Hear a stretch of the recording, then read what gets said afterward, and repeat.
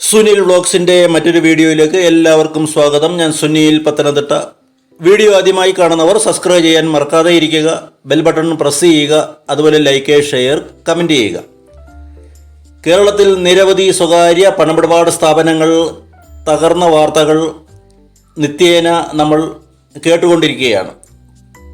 പത്തനംതിട്ട ജില്ലയെ സംബന്ധിച്ച് പറയുകയാണെങ്കിൽ ഈ അടുത്ത കാലത്തായി നിരവധി സ്വകാര്യ പണമിടപാട് സ്ഥാപനങ്ങളാണ് തകർന്ന് തരിപ്പണമായത്. ഇവയിലെല്ലാം നിക്ഷേപിച്ച നിക്ഷേപകരുടെ പണം തിരികെ കിട്ടുമോ എന്ന് പോലും അറിയാതെ പാവം നിക്ഷേപകർ അലയുകയാണ്. 2020 ജൂൺ മാസത്തിലാണ് പത്തനംതിട്ട ജില്ലയിൽ കോന്നി വകയാർ കേന്ദ്രമായി പ്രവർത്തിച്ചു വന്നിരുന്ന പോപ്പുലർ ഫിനാൻസ് എന്ന സ്ഥാപനം പൊട്ടിപ്പോയത്. ഏതാണ്ട് 65 വർഷമായി നല്ല നിലയിൽ പ്രവർത്തിച്ചു വന്നിരുന്ന സ്ഥാപനമാണ്. ഏതാണ്ട് 30,000 നിക്ഷേപകരുടെ പണം തട്ടിയെടുത്താണ് ഇതിലെ ഉടമകൾ മുങ്ങിയത്. നിക്ഷേപകർ വിവിധ നിക്ഷേപക സംഘടനകൾ രൂപീകരിച്ച് നിയമ നടപടികളുമായും ഇപ്പോഴും പോരാടുകയാണ്. വിവിധ കേന്ദ്ര അന്വേഷണ ഏജൻസികളും ഈ കേസ് അന്വേഷിക്കുന്നുണ്ട്. എങ്കിലും തങ്ങളുടെ നഷ്ടപ്പെട്ട പണം തിരികെ കിട്ടും എന്നുള്ളത് ഇപ്പോഴും ഒരു വിദൂര സ്വപ്നമായി നിലനിൽക്കുന്നു. ഇതിന് തൊട്ടുപുറകെയാണ് പത്തനംതിട്ട ഓമല്ലൂർ കേന്ദ്രമായി പ്രവർത്തിച്ചു വന്നിരുന്ന തറയിൽ ഫിനാൻസ് പൊട്ടിപ്പോയത്. ഉടമകൾ പോലീസിന് മുന്നിൽ കീഴടങ്ങിയെങ്കിലും കുറേ നാൾ അവർ ജയിലിലൊക്കെ ആയിരുന്നു. ഇപ്പോൾ ഉടമകൾ സ്വതന്ത്രമായി പുറത്ത് വിഹരിക്കുകയാണ്. അതിനുശേഷം പത്തനംതിട്ട ജില്ലയിൽ തകർന്ന സ്വകാര്യ പണമിടപാട് സ്ഥാപനമാണ് കോഴഞ്ചേരി കുറിയന്നൂർ കേന്ദ്രമായി പ്രവർത്തിച്ചു വന്നിരുന്ന PRD കുറീസ് പ്രൈവറ്റ് ലിമിറ്റഡ്, അതുപോലെ PRD മിനി നിധി ലിമിറ്റഡ് എന്നീ സ്ഥാപനങ്ങൾ. ഇതിൻ്റെ ഉടമകളും നിക്ഷേപകരുടെ തുക തട്ടിയെടുത്ത് മുങ്ങുകയാണ് ഉണ്ടായത്. പിന്നീട് പോലീസിൽ കീഴടങ്ങുകയും കുറേ നാൾ ജയിലിലൊക്കെ ആണെങ്കിലും ഇപ്പോൾ ജാമ്യത്തിൽ പുറത്തു വിഹരിക്കുകയാണ്.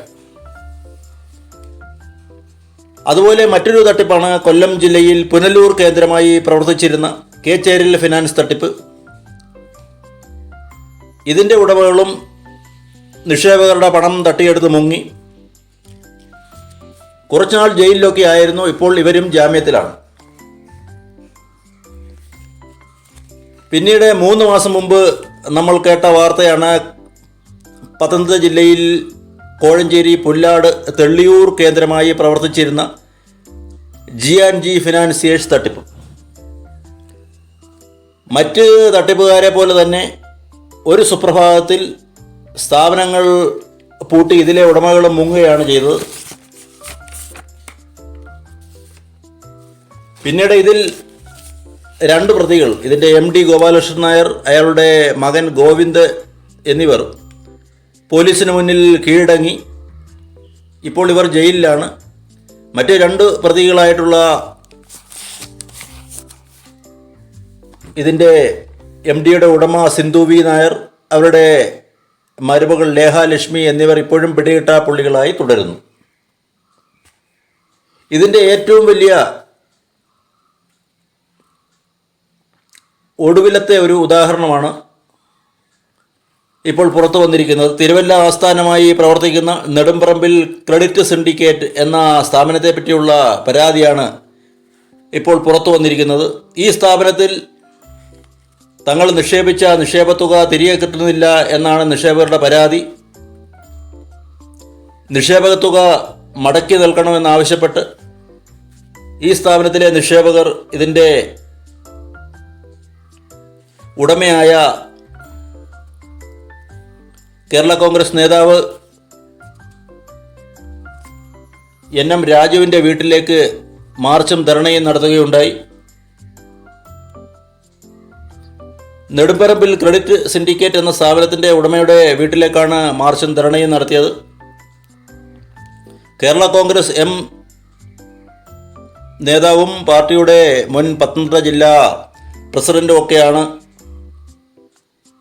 ശ്രീ NM രാജു.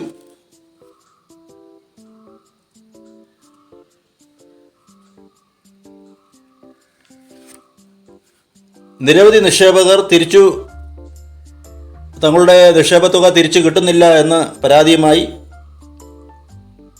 ഏപ്രിൽ 20-നാണ് ഉടമയുടെ വീട്ടിലേക്ക് ധർണ നടത്തിയത്. ഇത് സംബന്ധിച്ച് നിക്ഷേപകർ പോലീസിൽ പരാതി നൽകിയിട്ടുണ്ട്.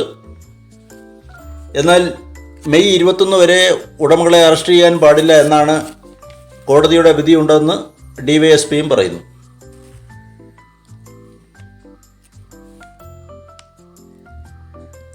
പത്തനംതിട്ട ജില്ലയിൽ തിരുവല്ലയാണ് ഈ സ്ഥാപനത്തിൻ്റെ ഹെഡ് ഓഫീസ്. ഈ സ്ഥാപനത്തിൽ 25,000 മുതൽ 50 ലക്ഷം വരെ നിക്ഷേപിച്ച നിക്ഷേപകരുണ്ട്. കഴിഞ്ഞ 8 മാസത്തോളമായി കാലാവധിയായ നിക്ഷേപങ്ങൾ തിരികെ കിട്ടുന്നില്ലെന്നാണ് നിക്ഷേപകരുടെ പരാതി. അതുപോലെ 4 മാസത്തിലേറെയായി പലിശയും മുടങ്ങിയിരിക്കുന്നെന്നും നിക്ഷേപകർ പരാതിപ്പെടുന്നു.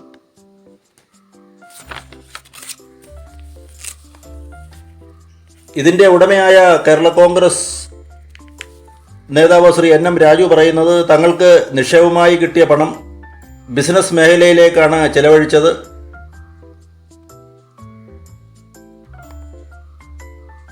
പല ബിസിനസ്സുകളും മന്ദഗതിയിലാണ്. അതാണ് ഈ താൽക്കാലിക പ്രതിസന്ധിക്ക് കാരണമെന്നാണ് അദ്ദേഹം പറയുന്നത്. താനും കുടുംബവും എങ്ങും ഒളിച്ചോടിയിട്ടില്ലെന്നും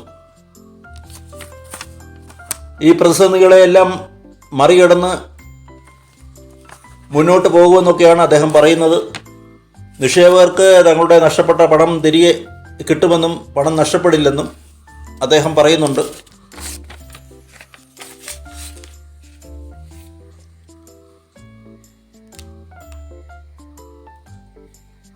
സാമ്പത്തിക തട്ടിപ്പ് മൂലം പല സ്ഥാപനങ്ങളും അടച്ചുപൂട്ടിയിട്ടുണ്ട്. അതേ പ്രതിസന്ധിയാണ് തങ്ങൾക്കും സംഭവിച്ചതെന്നും തങ്ങളെങ്ങും ഒളിച്ചോടുകയില്ലെന്നും നിക്ഷേപകർക്ക് പണം തിരികെ ലഭിക്കുമെന്നൊക്കെ അദ്ദേഹം അവകാശപ്പെടുന്നു.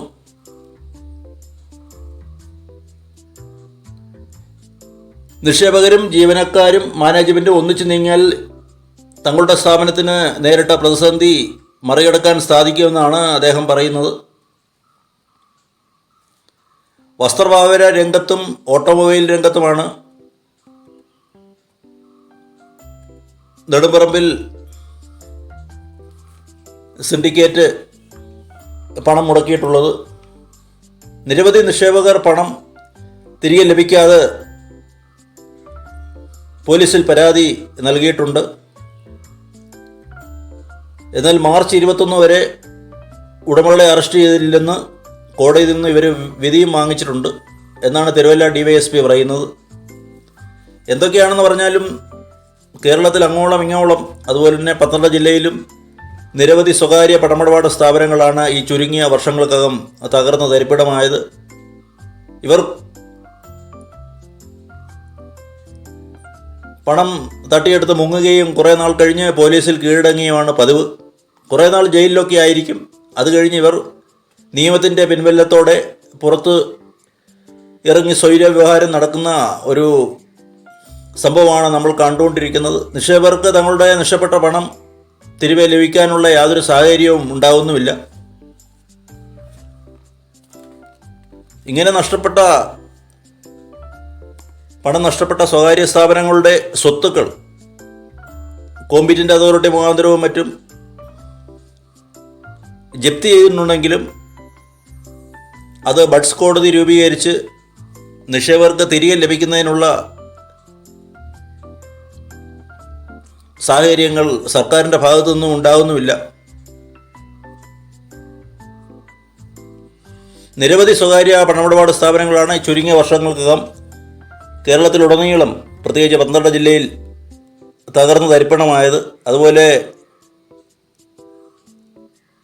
നിരവധി സഹകരണ ബാങ്കുകളും നിക്ഷേപകരെ തട്ടിപ്പിക്കുന്ന സാഹചര്യവും ഉണ്ടായിട്ടുണ്ട്.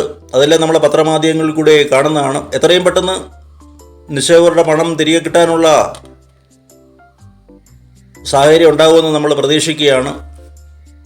ഇതുപോലുള്ള സ്വകാര്യ പണമിടപാട് സ്ഥാപനങ്ങളിൽ പണം നിക്ഷേപിക്കുന്നതിന് മുമ്പ് പലവട്ടം ആലോചിക്കണമെന്ന് കൂടി ഒരിക്കൽ കൂടി എല്ലാവരോടും അഭ്യർത്ഥിച്ചുകൊണ്ട് മറ്റൊരു അപ്ഡേറ്റുമായി കാണുന്നവരെ എല്ലാവർക്കും നന്ദി, നമസ്കാരം.